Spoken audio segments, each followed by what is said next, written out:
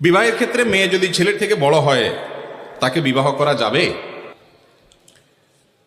কোনো অসুবিধা নেই। বিয়ের ক্ষেত্রে পাত্রী যদি পাত্রের তুলনায় বয়সে বড় হয় তাতে বিয়েতে কোনো অসুবিধা নাই।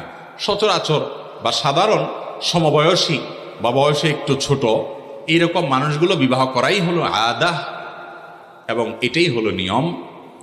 যদি কেউ এর ব্যতিক্রম করে, ব্যত্যয় করে, তাতে বিয়ে হয়ে যাবে, কোনো অসুবিধা নাই। আমাদের প্রিয় নবী সাল্লাল্লাহু আলাইহি সাল্লাম খাদিজা রাদিয়াল্লাহু তাআলা আনহাকে যে বিয়ে করেছিলেন, তখন তার বয়সের চাইতে আম্মাজান খাদিজা রাদিয়াল্লাহু তাআলা আনহার বয়স ছিল বেশি।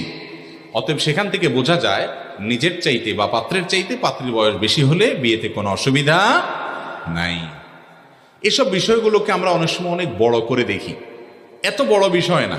হ্যাঁ, সচরাচর বা স্বাভাবিকভাবে সমবয়সী বা একটু নিজের চাইতে বয়সে কম হলে ম্যাচ করে সুবিধা হয়, কিন্তু এটা সবসময় জরুরি না। একটু ব্যতিক্রম হলেও কোনো অসুবিধা। আজকাল আমরা এগুলোকে এমন শক্ত বানিয়ে ফেলেছি যে একজন পাত্র উপযুক্ত পাত্রী পেয়েছে, হয়তো বয়সের ডিফারেন্স খুব বেশি নাই, সব দিক থেকে পারফেক্ট আছে, শুধুমাত্র আপনার সমান সমান বয়সের, খুব কাছাকাছি বয়সের এই অজুহাতে মুরব্বীরা ওই বিয়ে কোনোভাবে হতে দেন না। আছে না নাই? এইরকম বাড়াবাড়ি পর্যায়ে মনে করা ঠিক না। শরীয়ত যেটাকে সুযোগ রেখেছে, যদি সব দিক বেটেবেলে হয়ে যায়, একদিকে স্যাক্রিফাইস তো করতেই হবে। এই ক্ষেত্রে বয়সের দিক থেকে স্যাক্রিফাইস করার মানসিকতা থাকা উচিত। আমরা আসল দিকটা দেখি না, সব নকল দিকটা দেখি। আসল দিক কোনটা ভাই?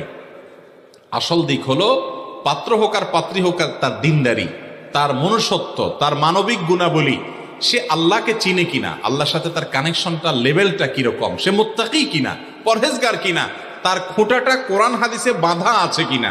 যদি থাকে তাহলে এর চাইতে বেটার পাত্র পাত্রী আল্লাহর জমিনে আর হতে পারে না। চেহারার দিক থেকে, বয়সের দিক থেকে, অর্থকরীর দিক থেকে, অন্য সমস্ত দিক থেকে স্যাক্রিফাইস করে হলেও দিনদারির দিকটা যেন এনশিওর করা হয়।